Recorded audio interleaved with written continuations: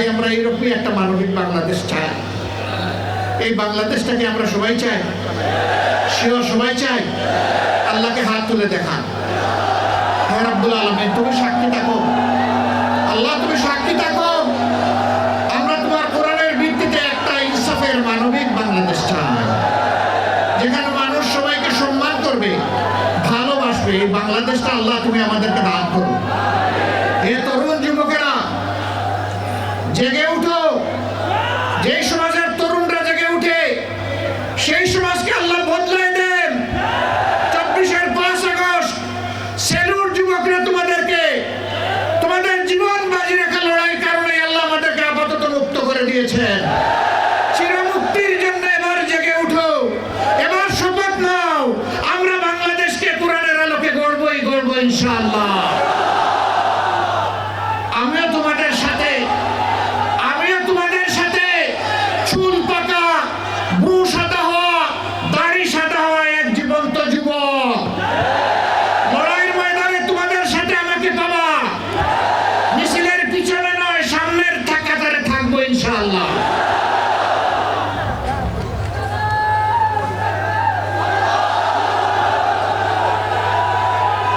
আমাদের যুবকেরা আমাদের স্বপ্ন, আমাদের যুবকেরা আগামীর বাংলাদেশ।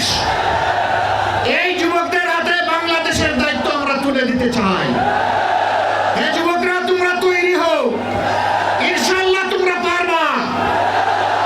আলহামদুলিল্লাহ তোমরা অতীতে পেরেছো। আমরা তোমাদেরকে বুকে আলিঙ্গন করে কপালে চুমু দিয়ে তোমাদেরকে এগিয়ে দিব ইনশাআল্লাহ।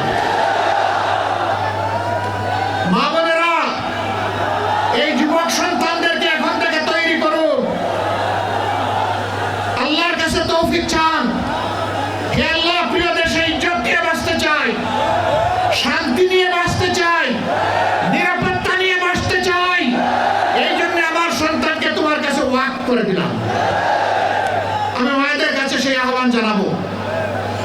অতীতে সোনার বাংলা কায়েম করতে গিয়ে শ্মশান বাংলা কায়েম করা হয়েছে। কোরআনই একমাত্র সোনার বাংলার গ্যারান্টি দিতে পারে, আর কিছুই দিতে পারবে না। ইতিমধ্যে বাংলার জমিনে তার পরীক্ষা নিরীক্ষা শেষ। এখন হবে ইনশাআল্লাহ কোরআনের বাংলাদেশ। যারা কোরআনকে খণ্ডিত করতে চান অথবা সহ্য করতে চান না, তাদেরকে আমরা বিনয়ের সাথে বলতে চাই, এ দেশের আপামর জনতা বাঁচতে চায় কোরআন বুকে নিয়ে, মরতে চায় কোরআন বুকে নিয়ে, আল্লাহর সামনে দাঁড়াতে চায় কোরআন বুকে নিয়ে। কোরআনকে আমাদের থেকে বিচ্ছিন্ন করা যাবে না ইনশাআল্লাহ। এই দেশে যতগুলা ইসলামী দল আছে, সবগুলার দিকে আপনারা তাজা চোখ দিয়ে তাকিয়ে দেখুন। আমি বেশি দূরে যাব না। 5 আগস্ট থেকে শুরু করে আজকে এই 22 ফেব্রুয়ারি পর্যন্ত এই সামান্য পরিক্রমায় কোথাও আপনি দেখবেন না ইসলামী দলের কোন লোক এখন জাতির উপরে জুলুম করছে, চাঁদাবাজি করছে, দখলদারির সাথে জড়ায় গেছে। কোথাও দেখবেন না। তার একমাত্র কারণ তারা কোরআনকে সম্মান করেন এবং বুকে ধারণ করেন। তার একমাত্র কারণ তারা আল্লাহ সুবহানাহু ওয়া তাআলাকে ভয় করেন। যাদের অন্তরে আল্লাহর ভয় আছে, তারা মানুষের উপর জুলুম করতে পারে না। তারা মানুষকে ভালোবাসে, তারা মানুষকে শ্রদ্ধা করে। তারা দেখে না এ মানুষের পেশা কি, শিক্ষা কি, তার গোষ্ঠী কি, এইটা দেখে না। দেখে সে আল্লাহর সৃষ্টি সাফল্য পায়।